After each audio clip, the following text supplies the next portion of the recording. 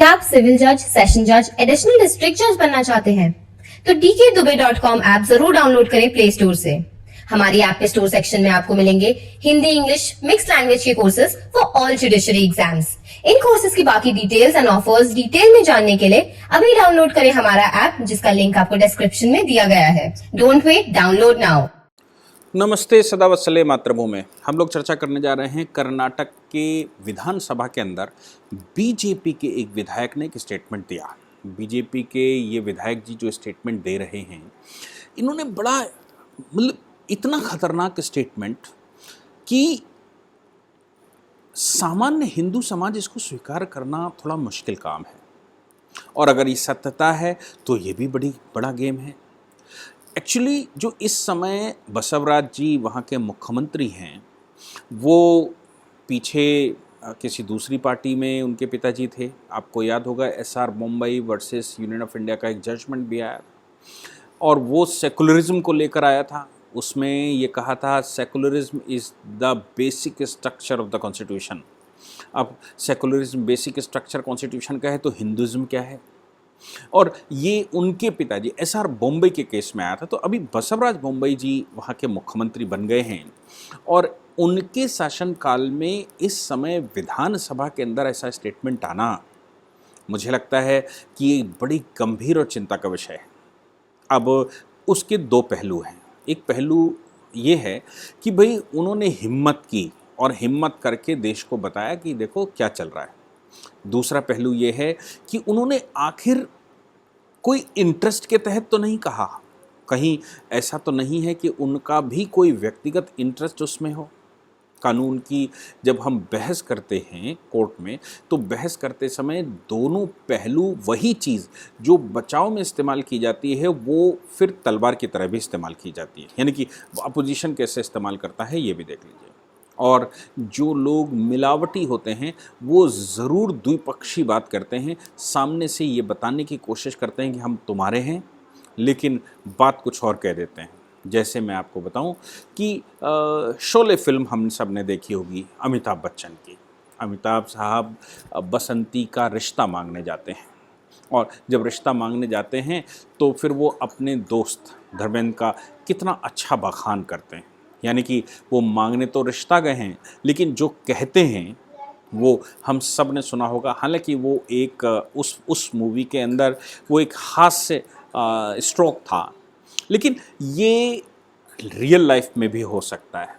ये बीजेपी के जो विधायक साहब विधानसभा के अंदर बोल रहे हैं कि मेरी माँ, अब इनको बड़े गौर से आप सुनेंगे तो समझ में मुझे लगता आएगा। हो सकता है मैं सही से ना समझ पा रहा हूँ। कन्वर्जन भारत की समस्या है, कन्वर्जन भारत में चल भी रहा है, उसको भरपूर रोकने का प्रयास भी हो रहा है, और बीजेपी शासित स्टेटों में ये खूब चल रहा है। मतलब सही से उसको रोका जा पा रहा है। बाकी स्टेटों में धर्मांतरण चल भी रहा है। अभी हम लोगों ने पंजाब के मुख्यमंत्री को देखा। पंजाब के मुख्यमंत्री की पत्नी की एक तस्वीर पूरे मीडिया में वायरल हुई। वो ईसा मसीह पीछे टंगे हुए हैं उनके। यानी कि लोगों ने कहा कि वो सरदार जी पगड़ी तो बांधे हैं, लेकिन वो धर्मांतरण कर चुके हैं। उनका संप्रदाय अब क्रिश्चियनिटी की तरफ है, और केंद्र में जो उनके अब्बा बैठे हैं, वो अब्बा तो आप जान ही रहे हैं कि वो कौन से रिलीजन को बिलोंग करते हैं। नकली पंडित बने घूम रहे हैं और जनेऊ पहनकर घूम रहे हैं, लेकिन नाम अपना राहुल विंची से आज भी परिवर्तित उन्होंने सर्टिफिकेट्स में नहीं किया हुआ है। उनकी बहन का विवाह एक क्रिश्चियन से हुआ, माँ क्रिश्चियन, बहन का पति क्रिश्चियन, लेकिन आज भी वो खुद में ब्राह्मण है। आप सोच सकते हैं।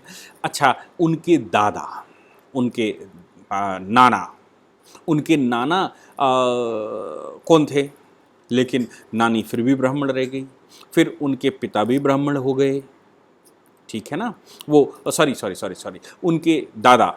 उनके दादा कौन थे ये हम सबको मालूम है। और फिर उनकी माँ फिर भी ब्राह्मण रह गई, उनके बेटे ब्राह्मण पैदा हुए, उन ब्राह्मण ने फिर कृष्ण से शादी करी, फिर वो कृष्ण भी ब्राह्मण हो गई। फिर उनकी बेटी हुई, उसने फिर कृष्ण से शादी की, फिर वो भी ब्राह्मण हो गई।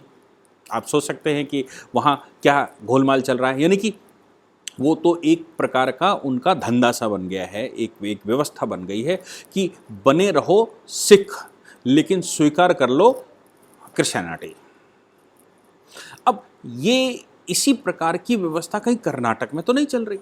बसवराज जी सच में प्रोटेक्ट कर रहे हैं या फिर वाकई में कोई समस्या है वहाँ जो दिख रही है? दूसरी बात यह है कि विधायक जी जो स्टेटमेंट दे रहे हैं उसका कहीं वो बीजेपी के पक्ष में न देकर बीजेपी के विरोध में तो नहीं दे रहे हैं, क्योंकि येदियुरप्पा जी तो इसमें कोई शक नहीं है कि वो हिंदुत्व के बड़े प्रोटेक्टर हैं। येदियुरप्पा जी ने कर्नाटक में बहुत कुछ किया है।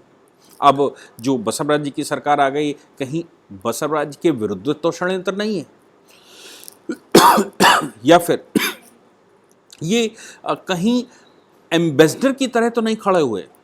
मैं उसका एक इलस्ट्रेशन लूँगा तो आप लोगों को अच्छे से समझ में आएगा। जैसे कोई व्यक्ति एक पेपर में निकालता है कि मेरा अपने बेटे और बहू से कोई लेना देना नहीं है, मैं उनको अपनी जायदाद से, अपने परिवार से बेदखल करता हूँ। अब बहू की हत्या हो जाती है तो हम जब मुकदमा लिखते हैं या कोर्ट में बहस करते हैं तो पिता के खिलाफ भी मुकदमा लिखा, माँ के खिलाफ भी मुकदमा लिखा, तो माँ और पिता कह रहे हैं कि हमने तो परिवार से कोई मतलब नहीं था, हमने तो उनको बाहर निकाल दिया था।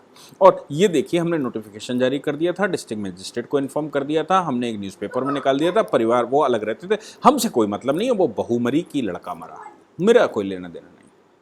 हम जब अपोजिशन में खड़े होते हैं तो हम कहते हैं कि साहब ये तो बड़ी साजिश है। बड़ी साजिश क्या है कि इन्होंने हत्या करने से पहले मोडस ऑपरेंडी अपना लिया था, बचने का रास्ता ढूंढ लिया था, और ये हत्या का षड्यंत्र इन्होंने तभी शुरू कर दिया था जब इन्होंने अपने बेटे को ये डिक्लेयर किया था कि ये हमारे परिवार का हिस्सा नहीं है, यानी कि इनको उनकी हत्या करनी थी।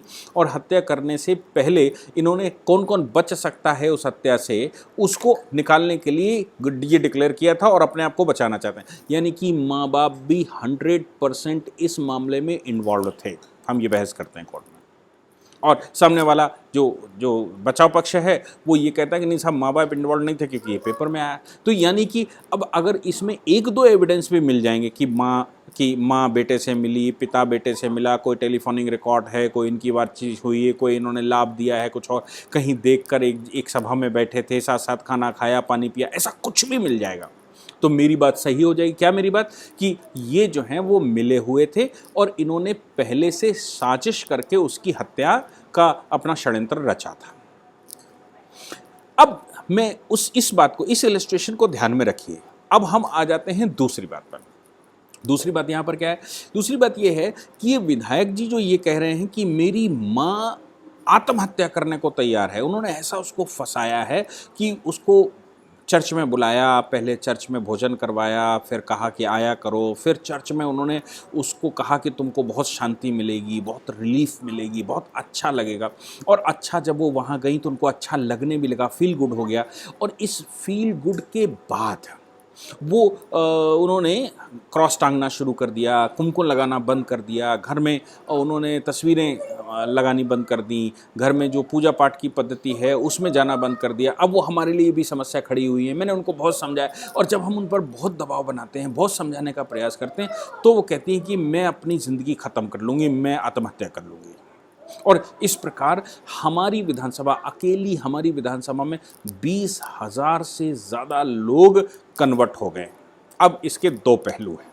एक पहलू ये है, क्या इनको विधायक रहने का अधिकार है? जो रिप्रेजेंटेशन ये कर रहे हैं जिस समाज का, ये अपनी माँ को अगर नहीं समझा सकते कि मतांतरण का मतलब, भारत में जो सावरकर जी कहा करते थे कि मतांतरण केवल मतांतरण नहीं होता, मतांतरण का मतलब धर्मांतरण, और धर्मांतरण के साथ साथ अब वो अपने पूर्वजों को बदलना शुरू करता है और उसका राष्ट्रांतरण हो जाता है। वो राष्ट्र से विरोध करना शुरू कर देता है, अपनी आस्था कहीं मक्का, मदीने या फिर यरूशलेम में रखना शुरू कर देता है, अपने नज़दीक लोगों को अमेरिकन या यूरोपियंस को मानने लगता है, अपने नज़दीकी सऊदी अरबिया में अपने बापों को ढूंढने लगता है, और हिंदुस्तान में एक नेचुरल स्वाभाविक विरोध करना शुरू कर देता है।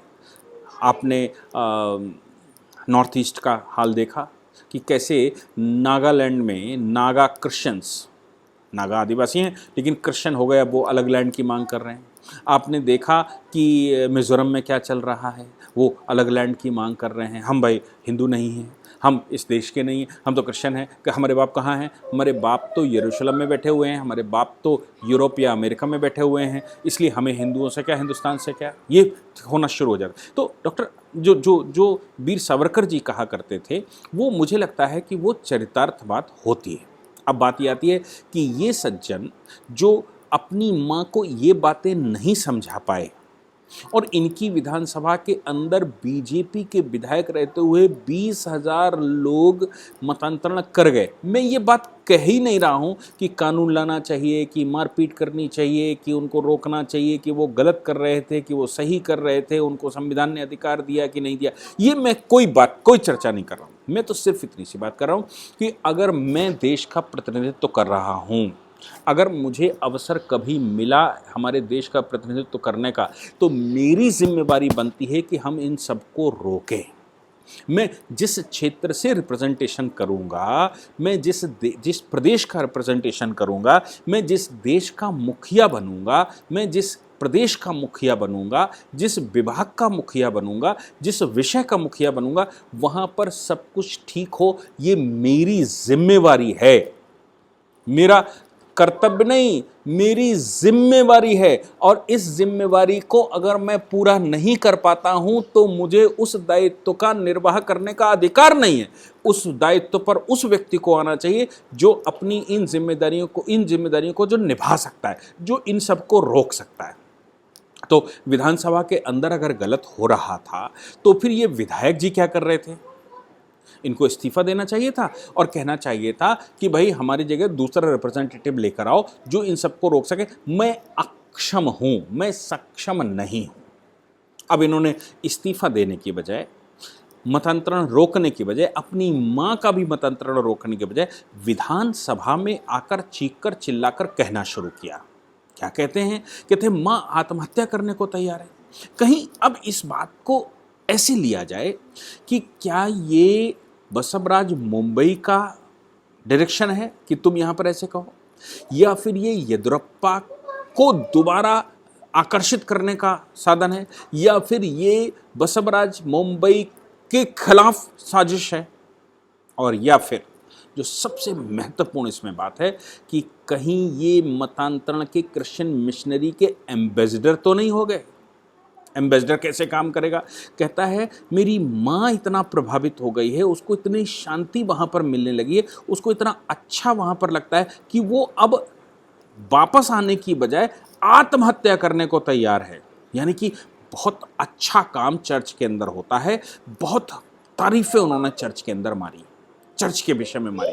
यानी कि उन्होंने अपनी माँ का इलस्ट्रेशन लेकर ये बताने की कोशिश की कि बड़े अच्छे लोग हैं, बहुत कुछ अच्छा वहाँ पर होता है। एक बार वहाँ जाकर देखिए, उनके साथ बैठकर देखिए, आपको कितनी शांति मिलेगी, आपके सारे दुख दूर हो जाएंगे, आप बहुत सुखी हो जाएंगे, आपको बहुत सुख मिलेगा जो उनकी माँ को मिल रहा है और जो उनके विधानसभा में 20,000 लोगों को मिल रहा है। वो अपनी नाकामी को कहीं ये कहने का प्रयास तो नहीं कर रहे हैं कि आप लोग भी वहाँ पर जाइए, और वो खुद भी क्रिश्चियन हो गए हों, लेकिन अब चूंकि बीजेपी के विधायक हैं इसलिए ये टैग तो वो लगा नहीं सकते, कह तो सकते नहीं कि मैं बीजेपी का विधायक हूँ और मैं क्रिश्चियन हो गया हूँ। कांग्रेस में होते तो खुले शायद वो कहने लगते मैं क्रिश्चियन हो गया हूँ। और कांग्रेस में तो ये क्वालिफिकेशन है कि अगर आप अपने आप को क्रिश्चियन डिक्लेयर कर देंगे तो चरणजीत सिंह चन्नी की तरह आप सामने आ जाएंगे। उनकी पत्नी कौन से वो मतलब इन पाइपलाइन है तो सोनिया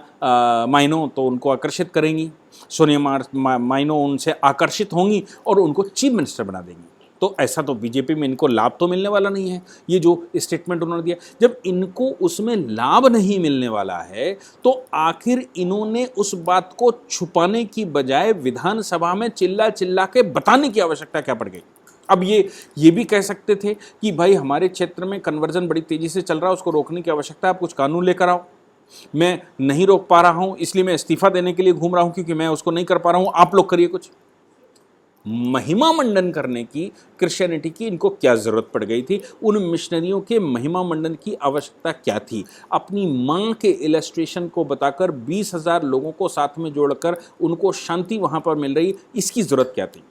मुझे लगता है इस व्यक्ति के ऊपर जांच होनी चाहिए कि भले ही 20,000 लोगों का मतांतरण आप समझते हैं विधानसभा में एक पार्टिकुलर टाइम में हो जाए 2-3-4 साल में 20,000 लोगों का मतांतरण हो गया तो बहुत बड़ा बवाल होता, बहुत हंगामा होने वाला था। ये 20,000 लोग मैं मान सकता हूं कि इन पाइपलाइन है जो क्रिश्चियनिटी का तरीका है। क्रिश्चियनिटी का तरीका क्या है? वो कहते हैं आप अपना नाम मत बदलिए, आप अपना रहन सहन मत बदलिए, आप अपना कुछ मत बदलिए, आप केवल हमारा एक सरनेम ले लीजिए, मिल्सी, बिल्सी, बॉस्कॉट, हॉस्कॉट, कुछ भी जो मतांतरण करवा रहा होगा उसका एक सरनेम ले लीजिए और बाकी सब ऐसे चलने दीजिए। फिर वो धीरे से कहना शुरू करते हैं कि भाई ईसा मसीह की फ़ोटो टांग लो। फिर वो कहना शुरू करते हैं आप उनको हटा दो, रामायण हटा दो, गीता हटा दो और भगवान श्री कृष्ण का धर्म युद्ध हटा दो, भगवान राम की तस्वीर हटा दो। ऐसे वो धीरे धीरे सिस्टमैटिक। फिर वो कहते हैं बाकी परिवार के लोग अगर नहीं आ सकते तो कोई समस्या नहीं है, हम कोई मतांतरण नहीं करना चाहते, हम कोई धर्मांतरण नहीं करना चाहते, हम तो केवल आपकी खुशी देखना चाहते हैं। अगली पीढ़ी जो बच्चों की है वो धीरे धीरे चर्चाना शुरू कर देगी और अगली पीढ़ी अगर चर्चाना शुरू कर देगी तो आप समझ लीजिए कि वो तो पक्का मिशनरी बन जाएगी, पक्का क्रिश्चियन बन जाएगा।